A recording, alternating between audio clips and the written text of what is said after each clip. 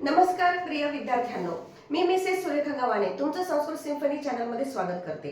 आज आपला टॉपिक आहे BMS फर्स्ट इयर पेपर 1 मधील शब्दरूपाणी हा प्रश्न। 25 तारखेपासून तुमचे पेपर आहेत। 25 तारखेला तुमचा पेपर 1 आहे। त्यामध्ये बऱ्याच विद्यार्थ्यांनी मला मेसेज केले की मॅडम शब्दरूपाणी हा प्रश्न आम्हाला जड जात आहे, कशा पद्धतीने सोडवायचे मार्गदर्शन करा। त्याविषयी आपण आता चर्चा करणार आहोत। हे बघा विद्यार्थ्यांनो, प्रश्न क्रमांक 2 यामध्ये तुम्हाला शब्दरूपाणी लिखत डी सेक्शन येणार आहे। त्याच्यामध्ये 5 मार्कासाठी 5 एसक्यू तुम्हाला असणार आहे आणि त्याच्यानंतर प्रश्न क्रमांक 3 शब्दरूपाणीवरच आधारित प्रश्न असणार आहे। तो असणार आहे दीर्घोत्तरी प्रश्न। त्याचा सेक्शन राहील ए, तो राहील तुम्हाला 5 येतील, 2 मार्काला मार्क होतील पूर्ण 10।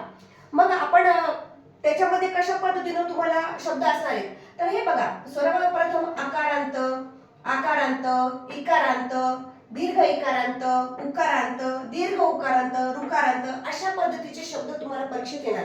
आपण पहिले स्वरांत शब्दांविषयी माहिती घेतो। जर आकारांत शब्द तुम्हाला वात, वैद्य, रुग्ण, कफ, वृक्ष, पित्त असा जर आला तर तो कसा ओळखायचा तर हे बघा मुलांनो, वात शब्दामध्ये शेवटचा शब्द त आहे। त मध्ये कोणता स्वर मिक्स आहे अ, म्हणून तो अकारांत आहे। वैद्य, द मध्ये कोणता स्वर मिक्स आहे अ, म्हणून तो अकारांत। रुग्ण, त्याच्यामध्ये न मध्ये अ मिक्स आहे म्हणून तो अकारांत। कफ, फ मध्ये अ मिक्स आहे म्हणून तो अकारांत। वृक्ष, वृक्ष मध्ये अ मिक्स आहे म्हणून तो अकारांत आणि पित्त मध्ये देखील अ मिक्स आहे म्हणून तो अकारांत। फक्त अर्थ घेत असताना तो, ती, ते हे त्याला जोडून बघायचं। फॉर एक्झाम्पल, वात, तो वात म्हणून पुल्लिंगी, म्हणून अकारांत पुल्लिंगी शब्द। वैद्य, वैद्य म्हणजे तो वैद्य म्हणून अकारांत पुल्लिंगी शब्द। रुग्ण, तो रुग्ण म्हणून तो पुल्लिंगी। कफ, तो कफ म्हणून तो शब्द पुल्लिंगी। वृक्ष, तो वृक्ष म्हणून तो पुल्लिंगी। मात्र पित्त हा शब्द जेव्हा येईल त्यावेळेला तुम्हाला त्याचं नपुंसक लिंग लिहावं लागेल, कारण ते पित्त म्हणून पित्त आकारांत नपुंसक लिंगी शब्द असा परिचयाची सुरुवात करावी लागेल। परीक्षेमध्ये आकारांत शब्दापैकी वात शब्द बऱ्याच वेळेस आलेला आहे, वैद्य देखील आलेला आहे आणि त्याच्यानंतर वृक्ष आणि पित्त हे शब्द परीक्षेत बऱ्याच वेळेस येऊन गेलेले। त्याच्यामुळे तुम्ही हे शब्द चांगल्या पद्धतीने पाठ करा आणि त्याच्यावर फोकस करा। दुसरा आपण जाऊया आकारांत शब्दावर। आकारांत शब्दामध्ये शब्द कसा ओळखायचा?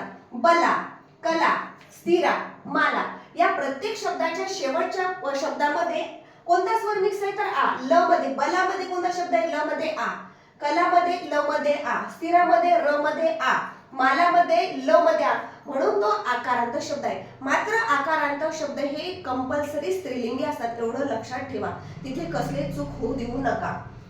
परीक्षेमध्ये आतापर्यंत बला शब्द बऱ्याच वेळेस आलेला आहे आणि स्थिरा शब्द देखील आलेला आहे आणि माला देखील आलेला आहे। म्हणून तुम्ही या 3 शब्दांवर चांगल्या पद्धतीने फोकस करा, त्याच्यावर पाठांतर करा। त्याच्या प्रत्येक विभक्त्या म्हणजे प्रथमा, द्वितीया, तृतीया, चतुर्थी, पंचमी, षष्ठी, सप्तमी या सगळ्या विभक्त्यामध्ये त्याचं शब्दरूप चांगलं पाठ करा।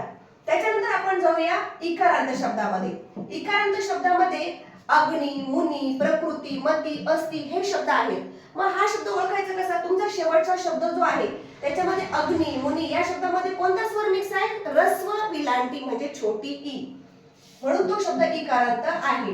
आणि इकारांत पहिला सांगितल्याप्रमाणे हेच लक्षात ठेवायचं की तो, ती, ते अर्थ जोडायचा। अग्नी, तो अग्नी म्हणून अग्नी इकारांत पुल्लिंग। मुनी, तो मुनी म्हणून मुनी इकारांत पुल्लिंग। प्रकृती, प्रकृतीमध्ये मात्र तुमचं स्त्रीलिंगी रूप आहे, ती प्रकृती, ती प्रकृती म्हणून प्रकृती इकारांत स्त्रीलिंगी शब्द।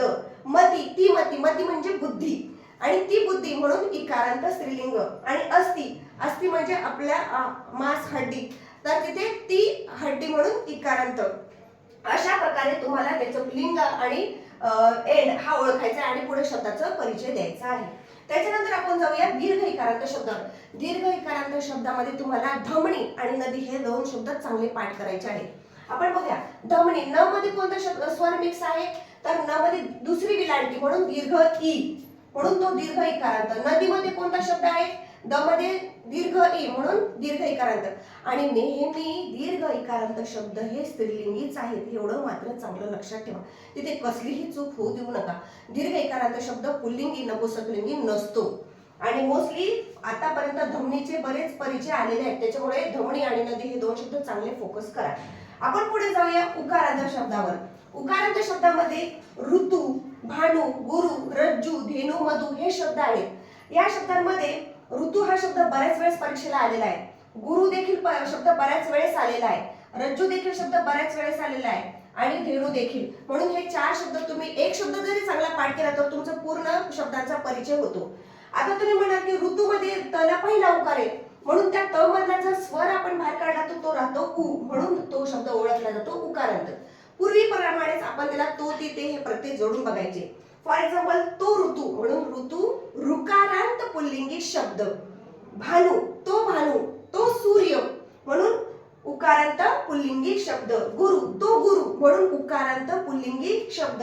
रज्जूचा अर्थ आहे दोरी, ती दोरी, इथे मात्र स्त्रीलिंगी रूप होईल. धेनू ती गाय, म्हणून इथे स्त्रीलिंगी रूप, उकारांत स्त्रीलिंगी. आणि मधु म्हणजे मध, ते मध, हे मात्र नपुंसक लिंगामध्ये आहे. अशा पद्धतीने तो ती अर्थ जोडला तर तुमचे कुठेही परिचयामध्ये मार्क जाणार नाही, जे की शब्द रूपाणीमध्ये पण आणि दीर्घोत्तरी मध्ये पण. पुढे जाऊया आपण दीर्घ उकारांत. दीर्घ उकारांतामध्ये वर्षभू आणि वधू. आतापर्यंत वर्षभू पोचले आलेला आहे, तर तुम्ही वर्षभू हा शब्द चांगला पाठ करा. भू मध्ये दीर्घ उ मिक्स आहे, म्हणून तो दीर्घ उकारांत शब्द आहे. आणि शेवटी आपण जाऊया ऋकारांताकडे. ऋकारांतामध्ये पितृ, धातृ, नृ, मातृ हे शब्द आहेत. कसं ओळखायचं तर त मध्ये काय मिक्स आहे, तृ म्हणजे काय, हा ऋ. धातृ मध्ये काय मिक्स आहे, ऋ. नृ मध्ये काय मिक्स आहे, ऋ. मातृ मध्ये काय मिक्स आहे, त मध्ये ऋ. म्हणून हे ऋकारांत शब्द आहेत. याला पण तो ती अर्थ जोडा आणि त्याचं लिंग शोधा. उदाहरणार्थ पितृ, ते पिता, तो पिता, म्हणून ऋकारांत पुल्लिंगी शब्द. धातृ तो ब्रह्म, म्हणून ऋकारांत पुल्लिंगी. नृ तो नर, म्हणून ऋकारांत पुल्लिंग. मातृ हा शब्द स्त्रीलिंगी आहे. उदाहरणार्थ मातृ ऋकारांत स्त्रीलिंगी शब्द. पुढे आपण त्याच्यामध्ये विभक्ती आणि वचन ऍड केलं की आपला पूर्ण शब्द परिचय होतो. आपण हे पुढे घेऊया. धन्यवाद मित्रांनो. आज तुम्हाला मी शब्द रूपाणीमध्ये शब्दाचा एंड कसा होतो, शब्द ओळखायचा कसा, त्याचं लिंग कसं ओळखायचं, पुल्लिंगी, स्त्रीलिंगी, नपुंसकलिंगी, इथपर्यंत भाग 1 मध्ये मी तुम्हाला सांगितलं. आता भाग 2 मध्ये त्या शब्दाचा परिचय पूर्ण कशा पद्धतीने द्यायचा, पूर्ण मार्क कसे घ्यायचे हे समजून सांगते. Thank you very much. माझ्या चॅनलला लाईक करा, सबस्क्राईब करा आणि शेअर करा.